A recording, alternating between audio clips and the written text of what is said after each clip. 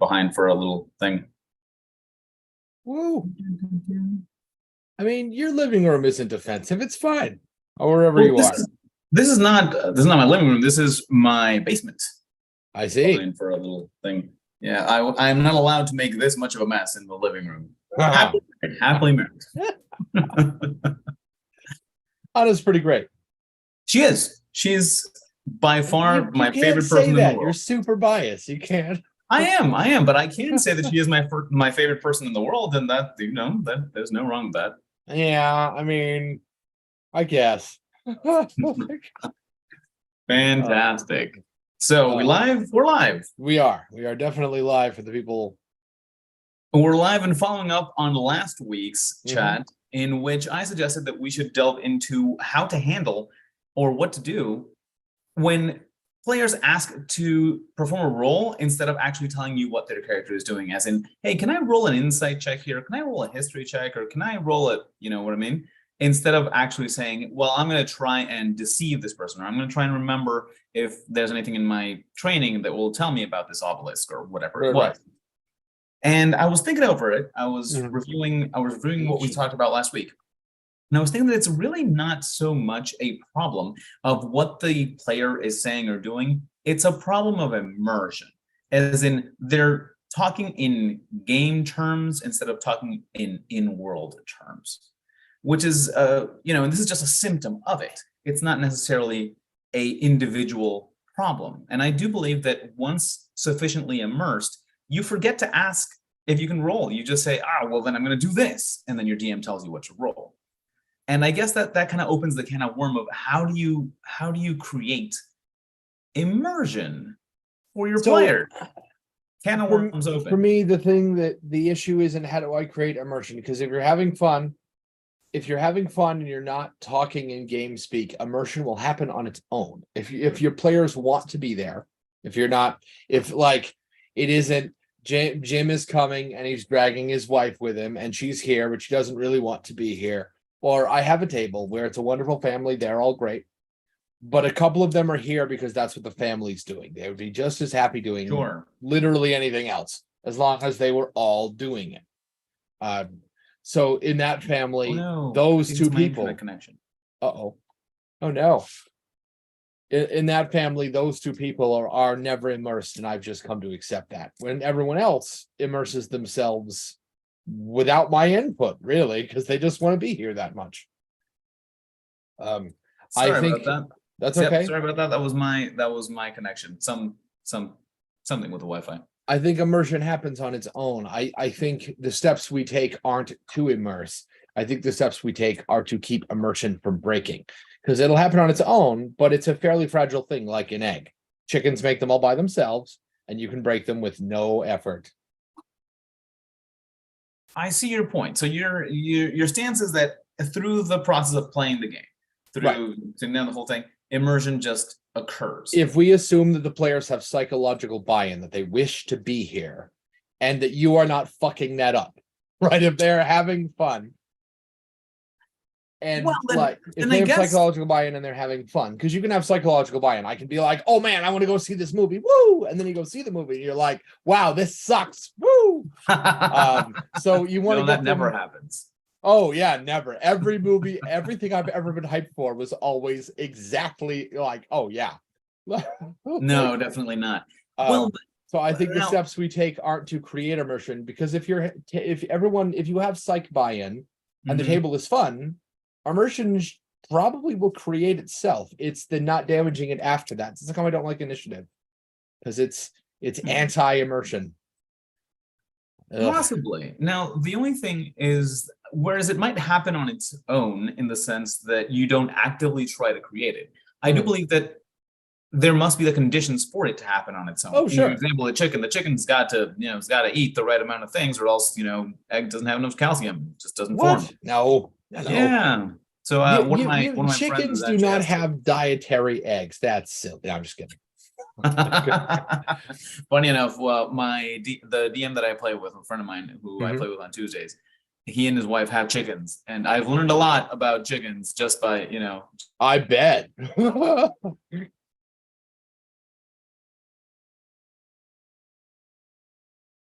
You were saying? Uh-oh. I think you're frozen again. That's a weird itch. Stop. Well, was that you or was that me? I don't know. 'Cause, The internet lag was you. I With me going, apologize. ow, stop, because my nose is all itchy. That's me. I don't know why it's happening, and I don't approve. What part did I leave off on? But either way, it was a bit of a rant about chickens. But the question, I guess, lands in, all right, well, what builds the immersion? What conditions have to be available for that to happen on its own? I think the players, I think that's not a widespread question so much as an individual person to person question. Like if my friend, let's call him V, wants complicated, he would be mad at me if I called it complicated. If he wanted rich and dense tactical choices, he wants buildings with height, he wants terrain to actually matter beyond just cover. If there's a barrel to shoot, that would be great. If there's a trough that he can apply the water from in some creative way, that would be great. There's a building he can knock over and one that he can't, that would be great. His immersion is fueled by those choices. If combat is long and drawn out and the 5e standard, his immersion is gone. But that speaks back to my previous, is it fun? For him, the answer is no. If you're in combat and it's boring. If you're essentially playing punch for punch in combat, he's not fun. His immersion is broken. Even if I have psychological buy-in, that's just not what he wants. My immersion breaks every time we say the word dice. Every time.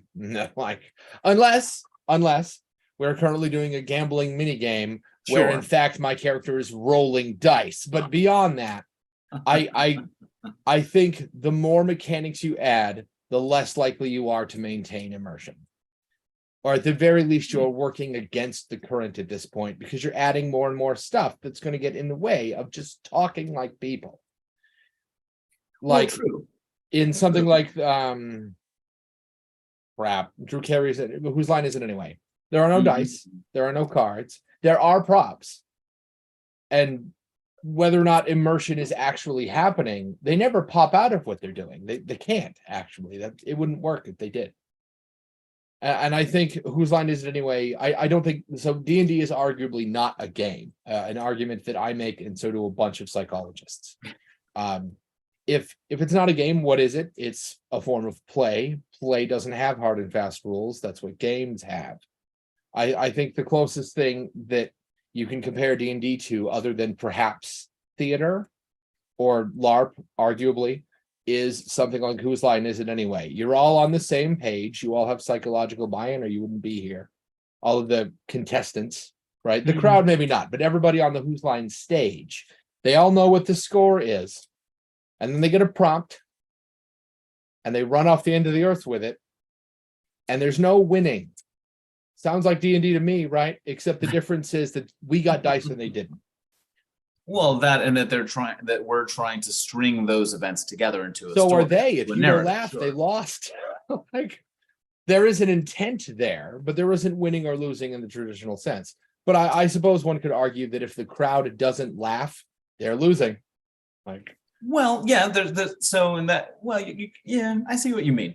And we've had this discussion before in which your point made that it's not a game, that it is more just a form of play. And I think it's a very persuasive argument, but I also believe that it is dependent on how you are playing. You could definitely, if you're playing Ocean's 11 and the plan is to make away with the crap at the end, the loot at the end of the session, and you fail, you lost. And we all understood that when we sat down.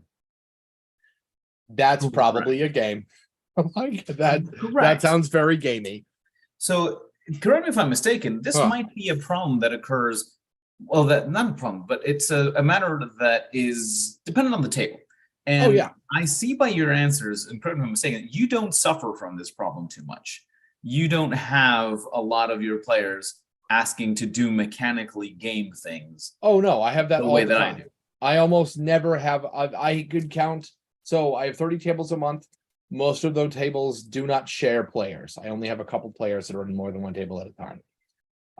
Which is really like that's the best part of my job. When a player who is already paying me says, "Hey, I know I could go play with somebody else, but I want to play with you again," and I say, "You realize that'll be another like lump of money monthly?" And they went, "Absolutely, awesome." I'm like, "Yeah, I can't buy that kind of press. That's awesome." That's true. So, but those players, they're immersed in their own way because they want to be here.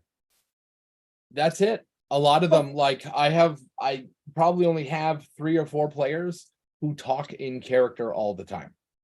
I don't think that's necessarily unimmersive for them, particularly if that's how they've been conditioned to be immersed. I can be immersed in a video game. I'm still pushing buttons on this controller. There's literally no way for me to not do that and play it. Well, actually, that's not true. There's a video game where you play by blinking. It's a fantastic concept. The scene you're in changes whether you like it or not when you blink. And every time you blink, the character you are playing ages until they eventually die. It is a fantastic look what video games can do that isn't just entertainment art piece. It's amazing.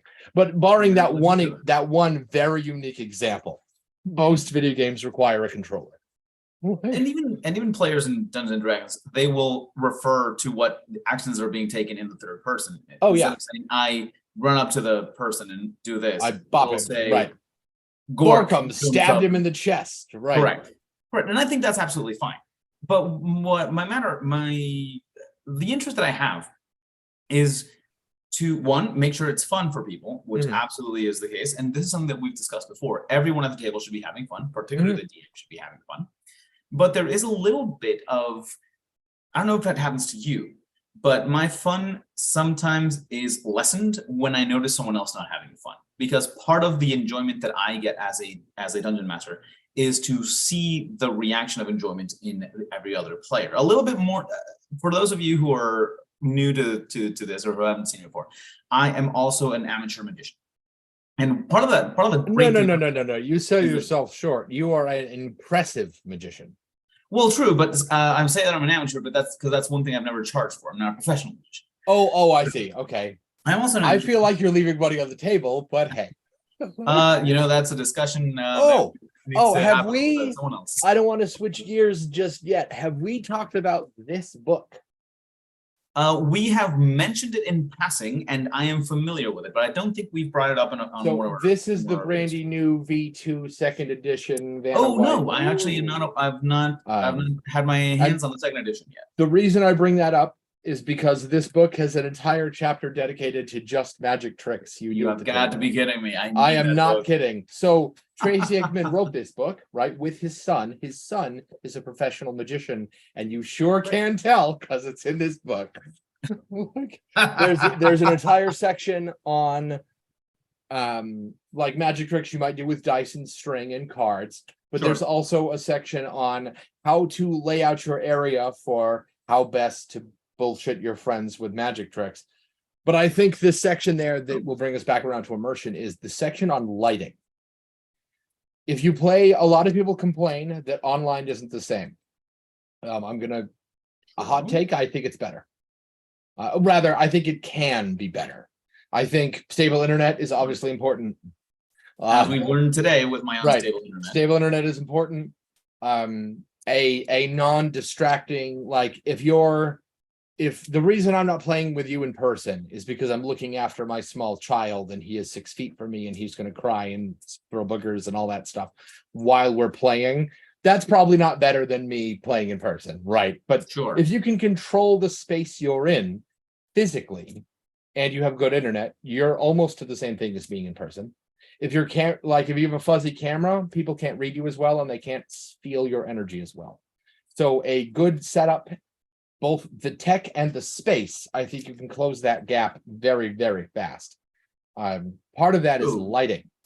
If you want to control the mood and through that, the immersion, particularly if you're trying to sell a specific vibe at the table, being able to control the light that your players see around you, and if you can help it around each other, is a good idea. It's not the first time I've told all my players, hey, if you have the option, turn off the lights in your room you're in right now, or turn them down if you're uncomfortable with that.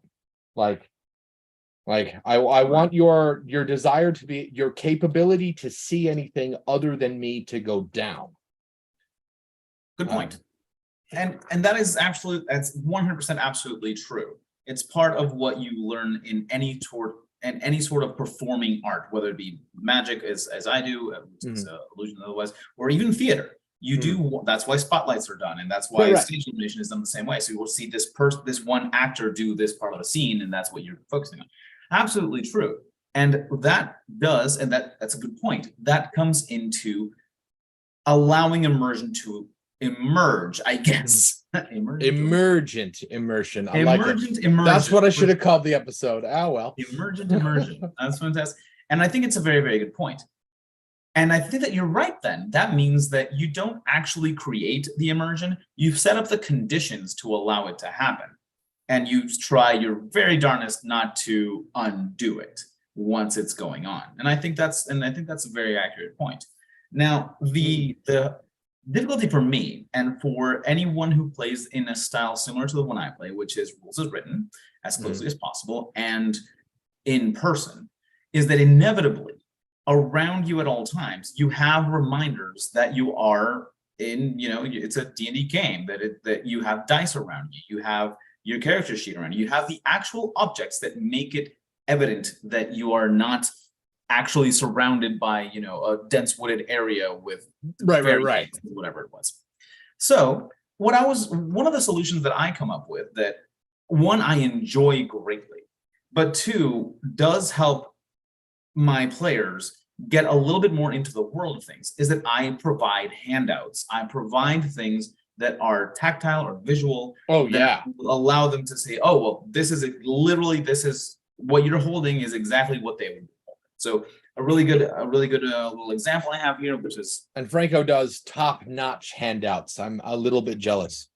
I do make them mostly myself. I do craft them myself. That's why I'm jealous. Like I can go find a top-notch handout. Having the detail-oriented brain to come up with it, design it for layout and stuff, and then produce it myself. That's pretty cool. I thank you for that. My handouts tend to start and end at physical props, and I draw a map. Shame on that one. Sometimes a physical prop does help. It is amazing how much story you can shoehorn into a hunk of metal if you really, really want to. And maps, how easy it is. Oh yeah, and maps I draw by hand and then bury in my yard for a little while and then pull back out. Because nothing says old map like uneven corners, little holes, and a brown color. Boom, it's a map from the ancient past. If you don't got time for that, but you have coffee grounds in your house, they'll do the same thing. I do believe so. I'll tell you the truth. I do for handouts, I am a little bit lazier. Not because, lazy I don't think is I've seen your handouts. That can't be true. For my terrain pieces, I do put a lot more time and effort into them because they're meant to last. Whereas handouts are often lost to a spill of a beer or anything like that. Wait, you don't laminate your handouts? Yeah. So actually, the reason that you see this back here is because I was creating the Instagram post for today, just the reel for today, to entice people to come play tomorrow. Tomorrow is the day that I play, that I run the Dungeons and Dragons game at the distillery. Woo. And so I just was creating that. But amongst the things that I was doing was, messing around with everything, putting everything in its box so I can take it easily tomorrow. And I found one of the old props. Let me just pull this one up. Sure, yeah, go for it. One of the old props that I had made for a different game, which had a lot of wizards in it. And so they were incentivized to find a lot of spell books in the world. Now, the problem with finding spell books in the world is that I often forget what spells are in them. So I would have to make either take really good notes about what is in those spell books, or in my case, and this is one of those things that helps with immersion that I've found, is that I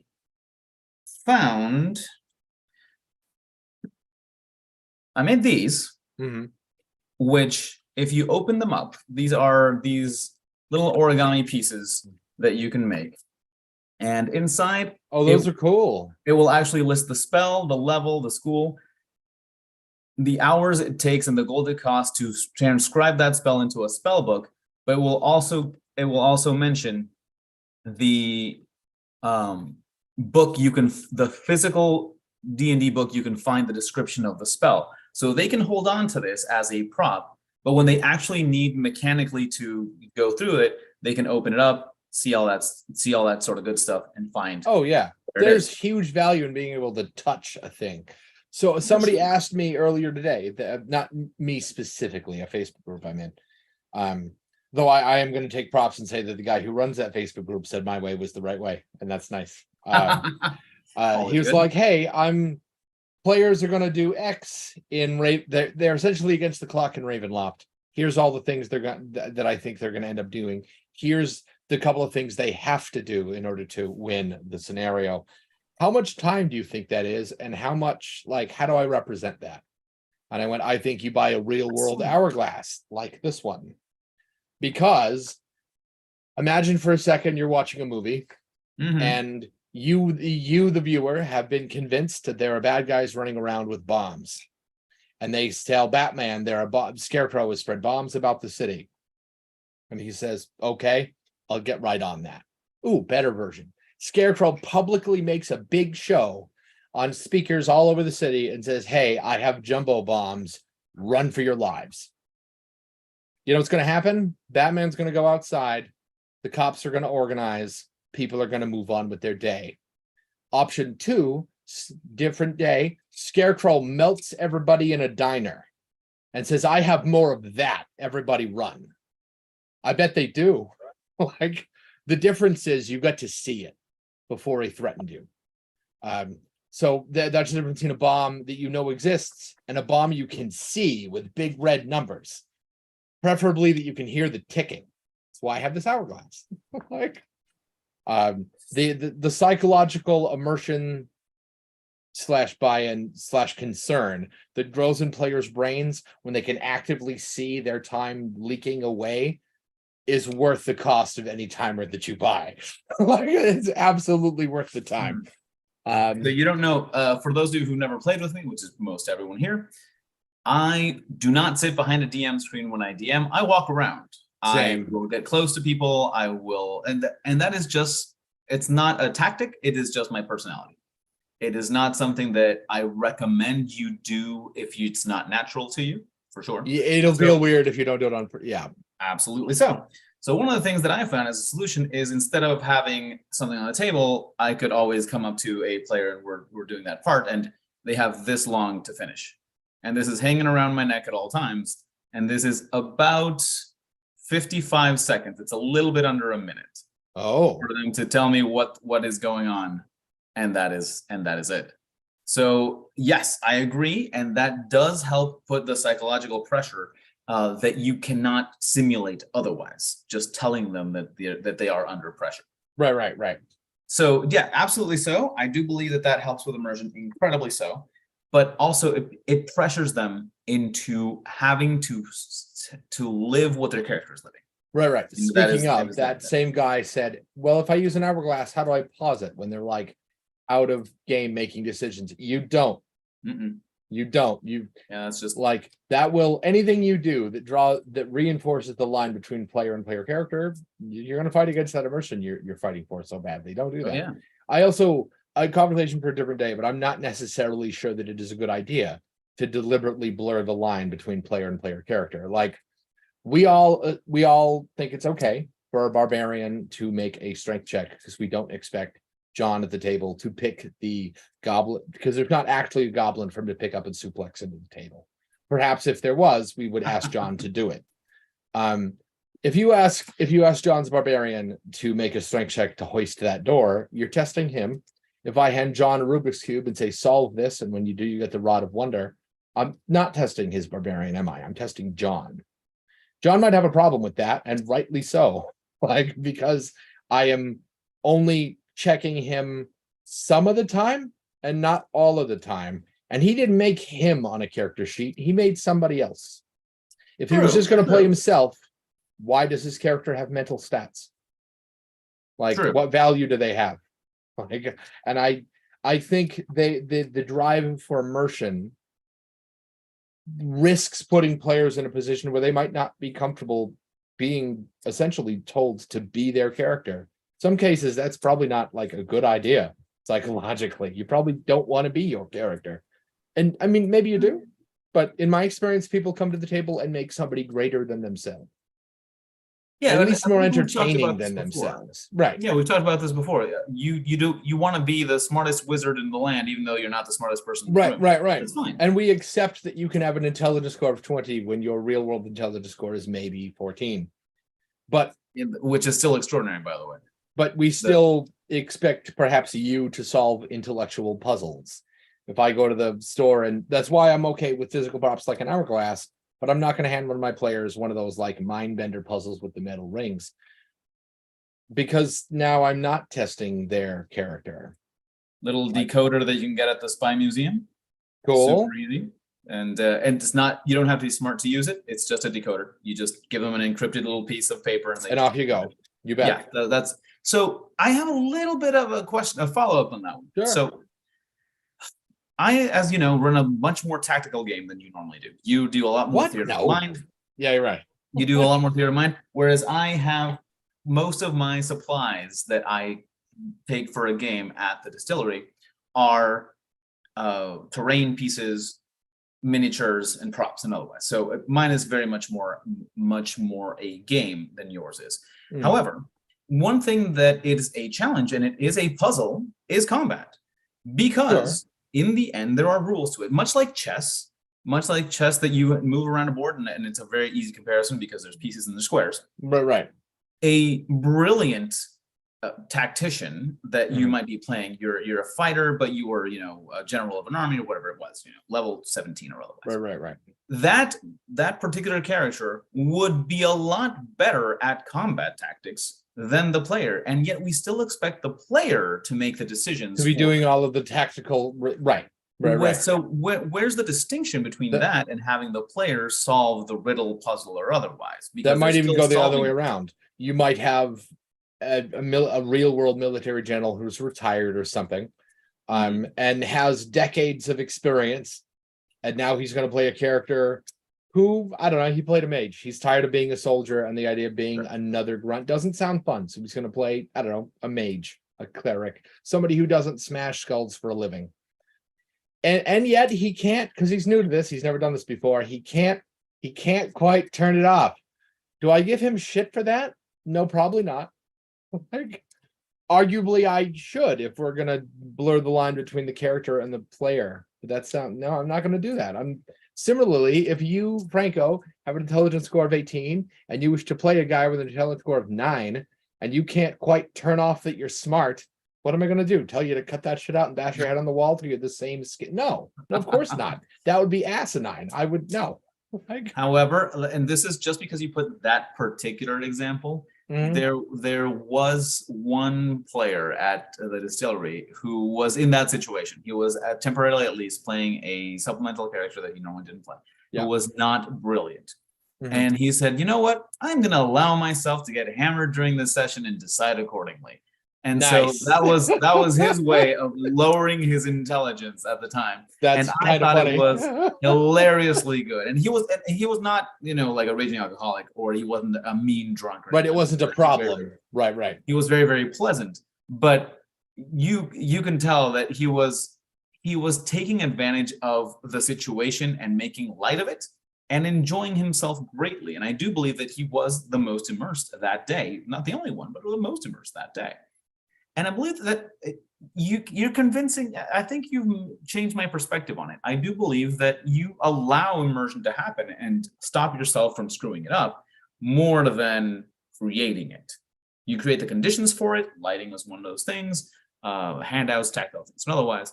But our job is a little bit more putting the conditions for immersion to happen and then making sure we don't destroy those conditions. But we cannot force them. We cannot put people more inside the head of the character or more inside of the world or anything forcefully. Right. We either allow it or we screw it up. Right. And I think you're right. I like watching an old school horror movie. Like Psycho is great if you don't pause it. Like, because what's happening there is when you pause, you shatter the immersion on the thing. Sure. I mean, when you say roll initiative or really call for any specific mechanical check, that's what you're doing. You're pausing the immersion. And initiative is particularly bad because you're asking. First, you describe a combat scenario, a tense moment. The sky goes black as a giant red behemoth lands in front of you. Its belly has enough fire in it to turn your armor red. As you brace for impact, roll initiative. Now all your players are going to pick up their dice and roll some math rocks, and you're going to roll some math rocks. And then you're going to organize those math rocks. And then I'm going to ask you to pop back into the immersive state. What? Like that's ridiculous. Whereas something with just a skill roll, at the very maximum, only one person on an individual skill roll, only one person is doing that. And I just like when John says, I'm gonna punch that dragon. Okay, you know who's rolling dice? Just John. So at the very least, I am just asking one character to crack immersion, not the whole table all at once, which is a great way to lose literally anything, to ask everybody to stop doing it. Like if everybody involved if I asked everybody in a football game to stop playing, I think the other team has every right to be butthurt about it. Like, and this is not that different. I'm asking everybody all at once to stop doing the thing that they are paying me money to do. And they're okay with it, and they shouldn't be, and that's dumb. Like that's I think point. But and I think it doesn't end initiative, because initiative is just a die roll. Lots of things are die rolls. I think the difference here is when a player asks for it, they have psychological buy-in to that role. They asked for it, literally, like you're asking for it. They literally asked you with their voice, can I make this roll? They want to. Like, good point. When you tell them to make, like, players walking down a forest path, right? They encounter bandits. One of those bandits is dressed like a little old lady. It's clearly a trap, right? It's clearly, obviously a sucker's trap. GM tells you to make a perception roll. That's different than if you walk down that same path and you asked to make a perception roll, because in the second one, it's your idea. And in the first one, it's not. In the first one, now you have to assume that something is there to be perceived when previously you didn't necessarily have that because you asked. Well, okay. So different games handle that a little bit differently. And I do believe that not enough people use the passive skills in Dungeons and Dragons, which is what you're supposed to do. I agree. You can apply a passive math formula to every skill on the sheet, and enough people don't that it really bothers me. It is a hard sell a lot of the time to convince people that passive perception is the floor, not the ceiling. Oh, correct. No, absolutely. And again, I believe we've discussed this in the. We probably have. This is the implied competence of your character. Right. If your passive perception is 17, and we assume that you have all of your normal faculties available to you, like I use my eyes and my ears mostly to perceive the world around me because I am not blind or deaf. Then if I have my eyes and my ears available to me and my passive perception is 17 and I rolled a 4, I rolled a 17, which is different than if you put a blanket over my head and now I can't see. Right. No, correct. And again, that would be circumstantial, and that's part of the play part of this whole thing. Right. The actual changing the scenario. But if I'm understanding what you say correctly, it is that when a player, we should be aware, when a player asks to roll a perception check in this case, or an insight check or whatever it was, that means that they're already immersed in the plot or in whatever the scene is, and all they're trying to do is trying to advance that scene just using the mechanical terms. Right, they're trying to get more understanding. Like if players say tag up players and they're walking through a warehouse, right, and one of them goes, I don't know, place gives me the creeps. Can I make a perception roll? That right there was proof that they are paying attention. Good point. And I didn't say pay attention. They did that. They asked for that roll because they're doing it all by themselves. Good point. So Good the point. faster we get back to the warehouse, the less damage the immersion of the warehouse takes. So you say yes and you move on because it was their idea. So you want to keep that train moving. You don't. Besides, Okay. if they're immersed and they say, "Hey, I want to do X to advance the immersion," and you say no, what you've just done psychologically is say you are immersed when I say you are, which is bad. Don't do that. Right. Okay. I see your point. And yeah, I have to say, the point is persuasive. I Hey, agree. thanks. No, and you're absolutely right. Because I'm trying to think of myself as a player, and whenever I have asked. Now I make a deliberate choice not to word it as a request to make a Sure. roll. So How would you when say that instead? If you were in that warehouse, you're like, something's fishy. Can I make X roll? What would you say instead? So, and this is something that I do when Let's I'm assume it there. is definitely clearly fishy. Right? Yeah. Like, This all looks a bit and I do speak in the first person just because it's a habit, not because I think it's better as a role play thing. I just speak in the first person. Like, well, as I walk in, this seems very suspicious to me. I look around. What do I notice out of the ordinary? And then I start listing off the things that I'm looking for. I'm looking Okay. for shadows that don't look like they correspond to something, and I'm looking for things that might be skittering or things that move. Any of that. And Are I you an specify. insight? Are you a bug guy?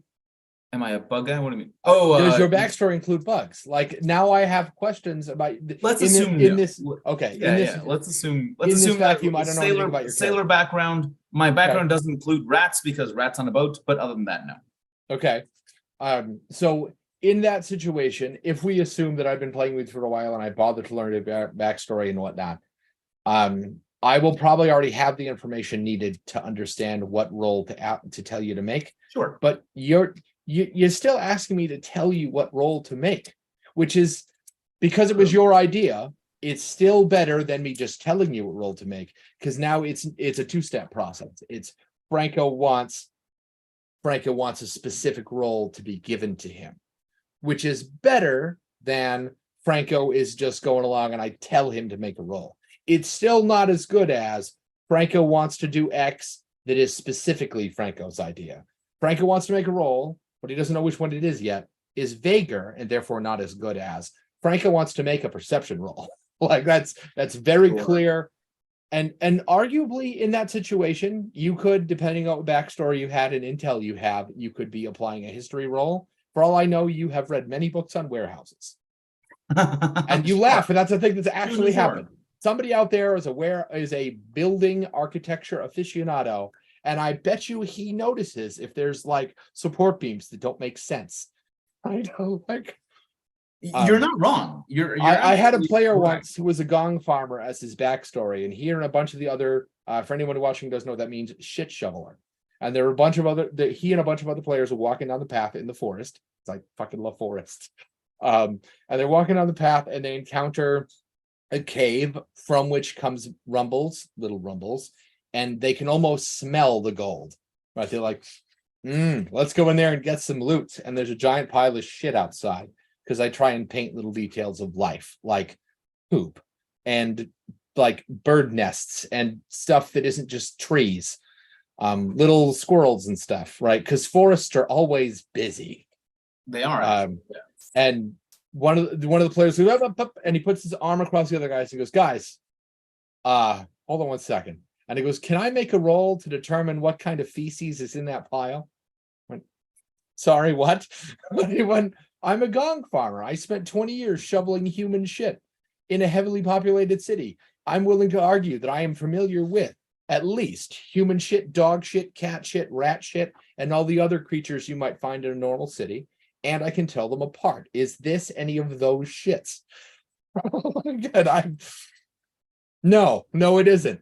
And he went, well, I mean, describe it to me. Like, and I did. And he said, hey guys, my takeaway here is that this shit belongs to a very, very large creature that eats other creatures. See the bits of bone and shit in the shit. And he talked them out of it. There was a dragon in that cave. and we were not playing a balanced world, they almost certainly would have died. Like, That's actually not bad. That's very, very cool.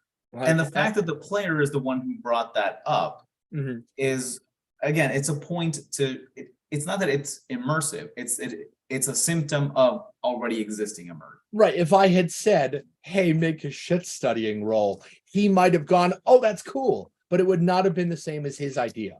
Also, if you wait for your players to ask you what they want to roll, they're telling you what they want to do, like what they find interesting, because players don't generally ask to make a roll for something they don't care about. True. Absolutely true.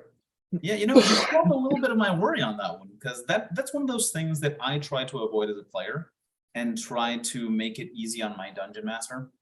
Because again, we all know the difficulties that we face when we're running a game. I guess I don't really see the player making a roll as any degree of difficulty, because all the math that's going to be relevant, aside from maybe advantage or disadvantage, is probably on their sheet, which I don't have anyway. Well, and so I don't know if you remember, and this is something that I think we've discussed before. I did run a couple of games for 20 people at once. I remember that. How did that go? That was awesome, right? And I came up with a solution for that not having their. Let me just show you for a second. This is something that I can recommend for everyone else. More props. Not really a prop. So this is an old DM toolkit here, but amongst the things that I have in here, all of which I made myself, by the way, I'm very proud of.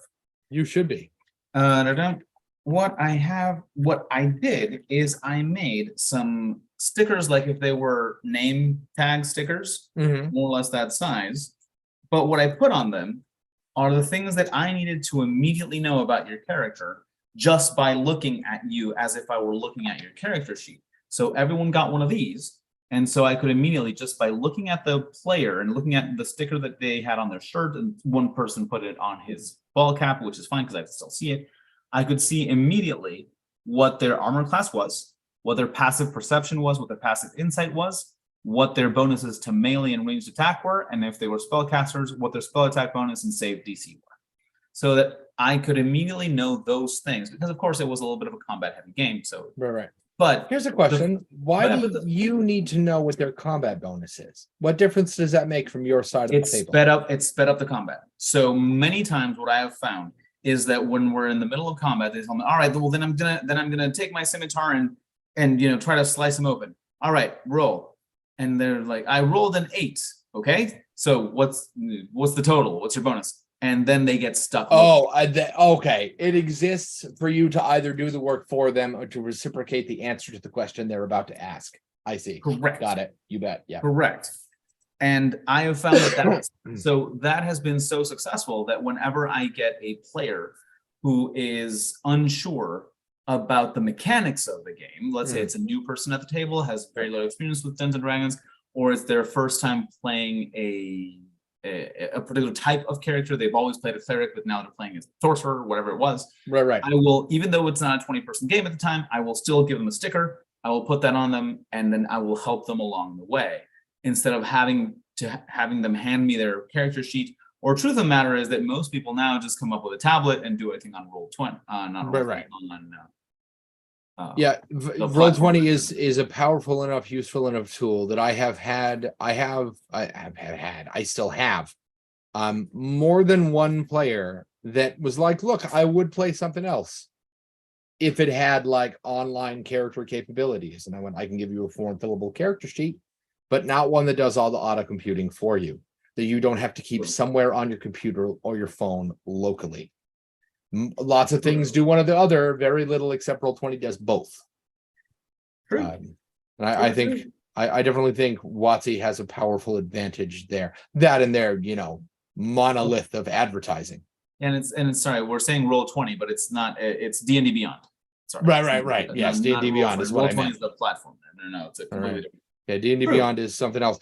I'm in a weird place there because I have players ask me all the time, how do I find X on D&D Beyond?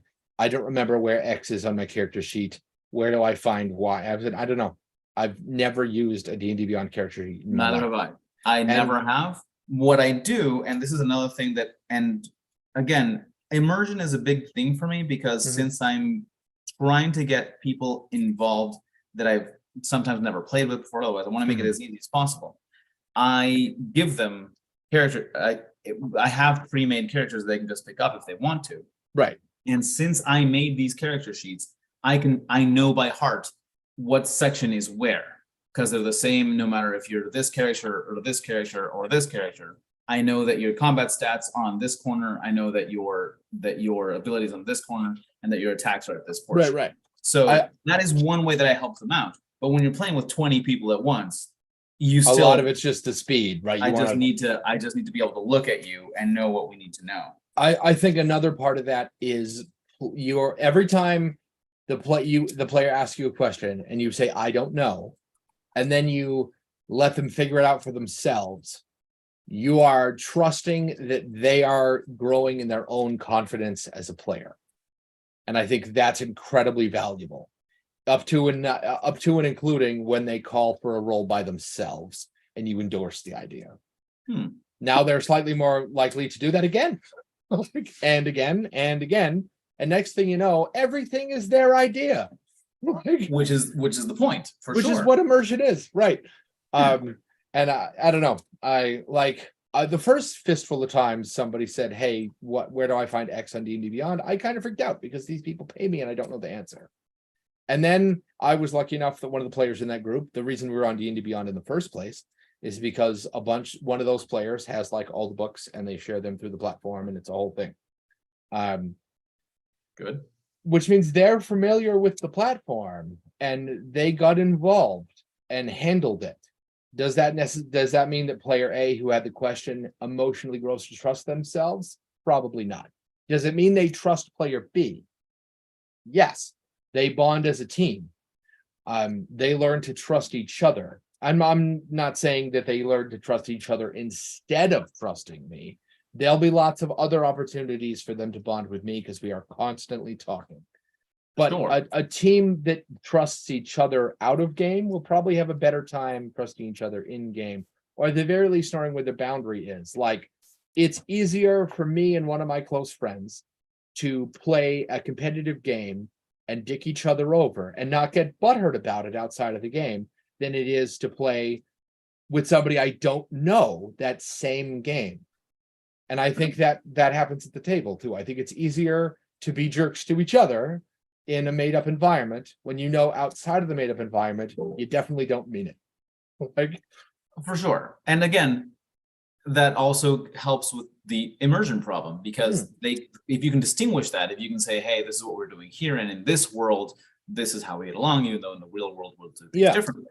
That like I do believe that helps. my wife and I are fantastic friends. She is my preferred opponent in all things. One of our card games is freaking vicious. If you haven't played Radlands, you should. It is a bloodthirsty, come get some, put you down kind of game. It is super fun, but it's a bloodthirsty game. I have not, but it's definitely, I'll put that on my list of games to try. I am because my wife, if I ever threw a game, Amber would be pissed. She'd be livid. Same here. Don't call me at the game. If you beat me every time, that's okay. Actually, one of my friends is here, and we have a dice game that I have never beat him at ever, and I keep signing up to play. Like, because it's likewise. Fun. Oh, likewise.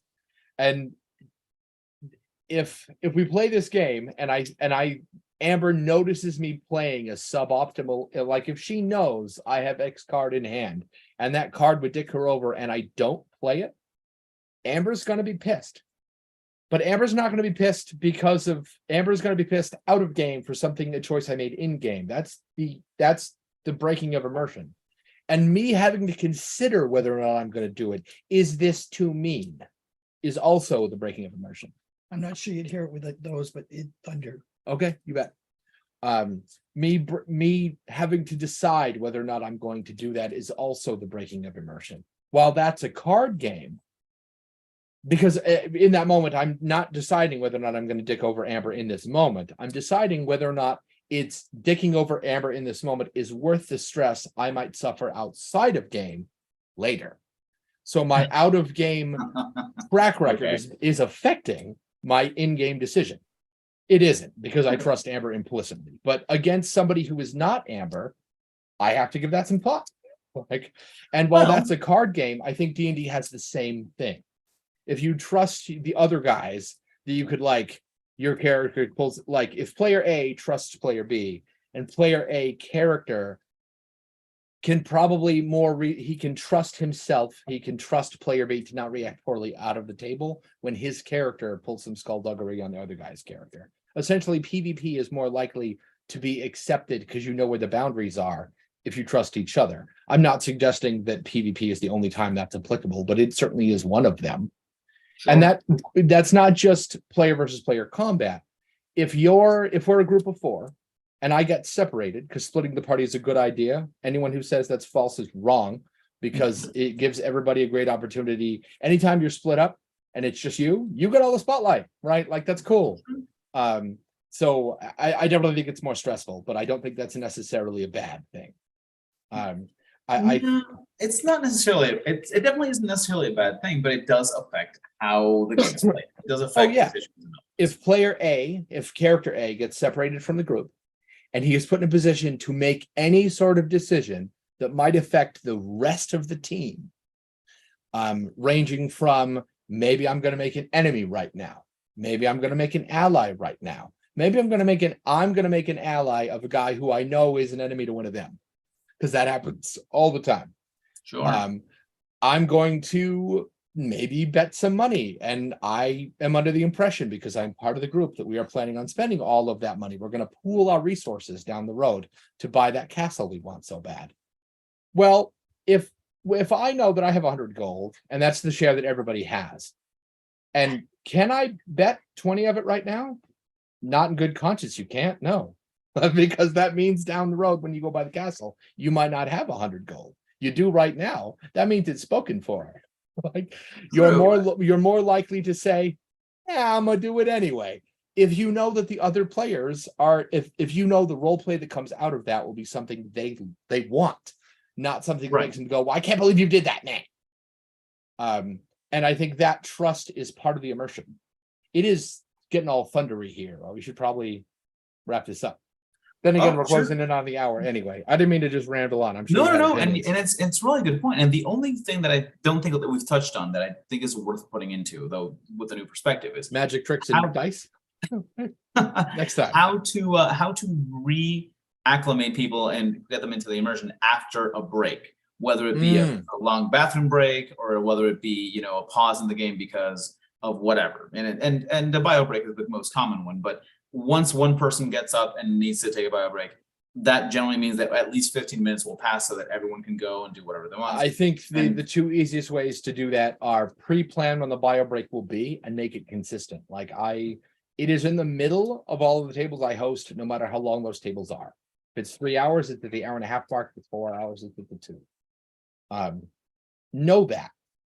Know when it's going to happen so that you can make sure that something ridiculous and attention grabbing happens as the bio break starts. Like, you guys are flying through space and everything's fine, and then everything's not fine. See you in 15. Don't tell them what's not fine. Abruptly get off the call and do not return for 15 minutes, because part of their brain will stay here while they're going somewhere else. And that's really useful. Yes. And it works for TV. It's worked for TV for as long as there's been TV. It's like the commercial breaks. You're right. You're absolutely right. The commercial break, the cliffhanger at the end of the season. You hate it. I hate it. But we're looking forward to the episode of the next season, aren't we? That's why we hate it. Because part of our brain is already ready for that next episode. Cheat. Use that. So that means that you end not only your sessions, but you also end any part of the session that needs to come to a pause with that cliffhanger. I'm assuming to various degrees of severity. Sure. Yeah. If they're always the same degree, then it doesn't work. It's like a parent who just always yells in the only setting they have. So if they yell when they're happy and they yell when they're upset, their yelling means nothing to their kids. It's just the setting they have. So you need to go up and down for that. Sometimes the cliffhanger is, we all went to a pie eating contest and we're tied, and the judge takes the last bite and he raises a finger to say his opinion, and I'll see you in 15 minutes. Sometimes the stakes are not the end of the world. Right. No, absolutely. There must be something hanging. Right. Sure. In one situation, the steaks were literally steaks. They were hunks of meat. Excellent pun. Excellent pun on that one. All right. Hey, I think we thanks. touched on everything we needed to touch on. One, we agreed, and you definitely persuaded me to see things differently. You don't create immersion, you allow it to happen. You create the conditions that allow it, and you make your darnest efforts not to break the immersion and not to limit those conditions, for sure. And also, if you need to pause, make sure that there's a reason why their mind might need to stay here, so that when they come back, they can just latch onto it, just like when you're going on for a TV commercial, which I think is a fantastic piece of advice. Hey, thanks. I'm only going to add that if it is in your style, handouts are great. It does help as well. And the better you can make them, for sure, is going to be an improvement. Oh, But yeah. if nothing else, at least give them a shot. I can tell you from personal experience, they do help with immersion for them. Handouts are really cool. I understand that a lot of modern day 5e supplements come with them. And if you're not Yes. sold on the idea of a supplement and you've only ever played 5e, all previous editions of D&D do handouts. Oh, yeah, Even like for sure. original D&D, which had little tiny leaflets in the back, they were tiny and badly formatted, and the ink run was terrible, but they were still there. True. Consider that for a second. It's one of the few things that has permeated every single edition of D&D. That probably means it has staying power. That means it's one of the only things on the list, like the D20, that D&D has never gotten rid of. They're probably onto something. Yep, agreed. And I can test they absolutely work. Definitely. All right, my dear friend.